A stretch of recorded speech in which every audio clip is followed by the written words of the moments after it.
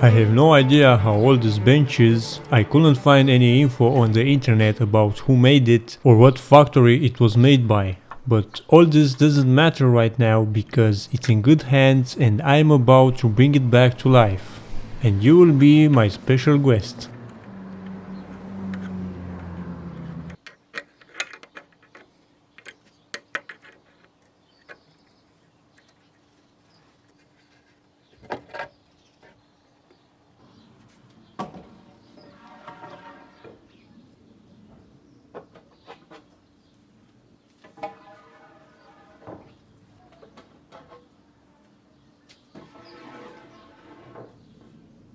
The interesting parts of this bench are the cast iron legs, which have these nice details that we don't see so often on today's designs, which for me is quite a shame. It seems that people put more effort into small details back in the day, even though most likely this was made entirely manually.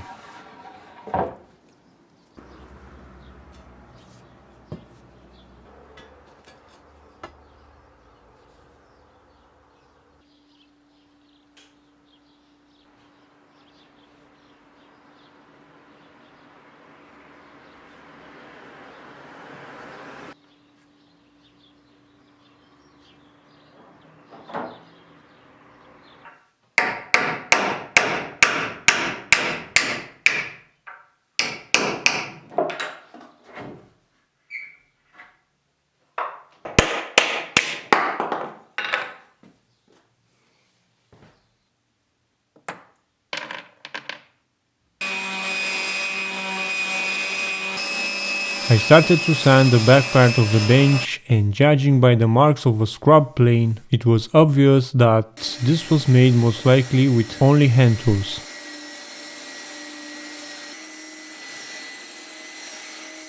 It took me some time to reveal the true color of the oak.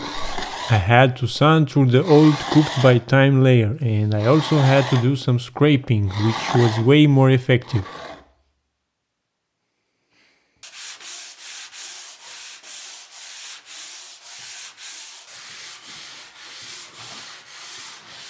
Working on them piece by piece made me think about what the people back in the day who built this would have thought about what I am doing here if it were possible for them to see me. Probably they would have been amazed by the modern tools that I work with, which for me is something normal. And maybe they would have been surprised that we still use old hand tools and woodworking techniques even in the present. I think all this is not about the things we do, but the people who do it and want to express and pass their passions to the generations.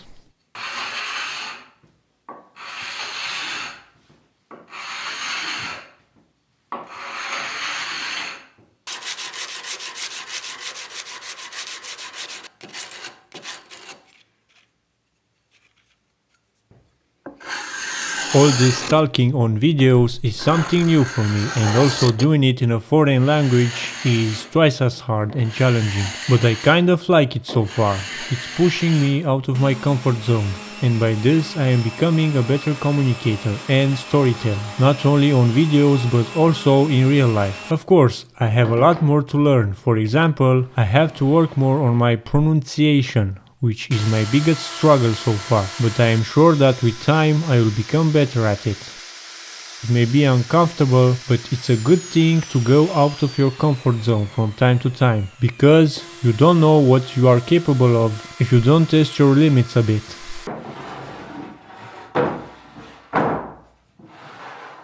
I am now preparing a delicious cocktail for the bugs inside, and I am sure they will love it. You can hate me, but I don't want them to continue to eat the wood. Also, the bench will be placed outside and I want it to hold for as long as possible from now on. I mix it simply with water and apply it with the brush, insisting on the entrance of the holes. Another great thing about this is that after it dries, the fiber on the wood will rise and this will result in a smoother finish after sanding.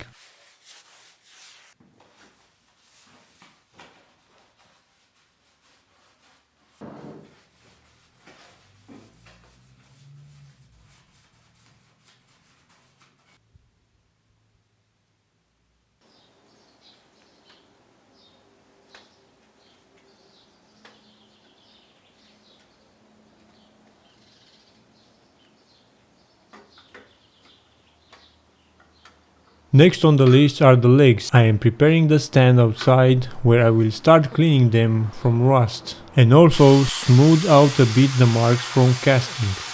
I'm using the angle grinder without the cover and this is dangerous. I am suggesting you do not copy this. But in my case I am taking the risk so I can get better in the tight places of the legs.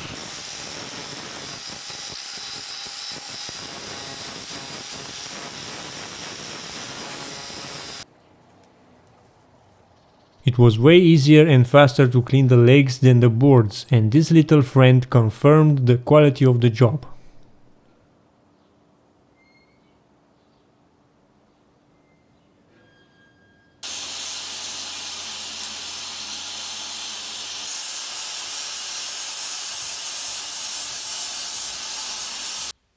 I placed the legs on my workbench to prepare them for painting and to my surprise they were quite stable. As I said, small details do matter, not only for looks but also for practicality, because in this case the flat surface of the legs helps for a better stability of the bench.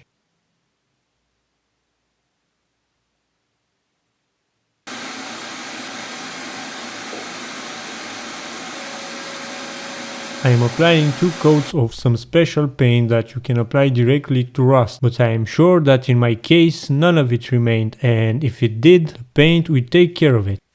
Before I started this, I was thinking back and forward on applying on them a clear lacquer and letting the color of the metal show off, or painting them. I choose to paint them black because the paint looks better in contrast with the warm color of the boards.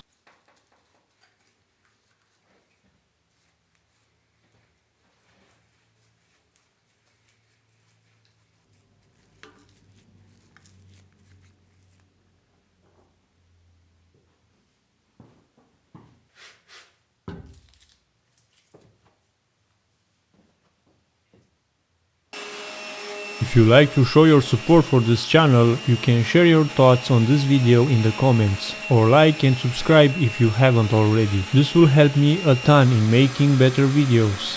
Thank you in advance. For the boards I am using a water-based varnish and the color is hazelnut, which I think will accentuate the warm color of the oak and which will go well with the deep black of the legs. This is an example that by only using a simple brush and some wheel to get your hands dirty, you can obtain a decent finish without too much hassle and no expensive tools.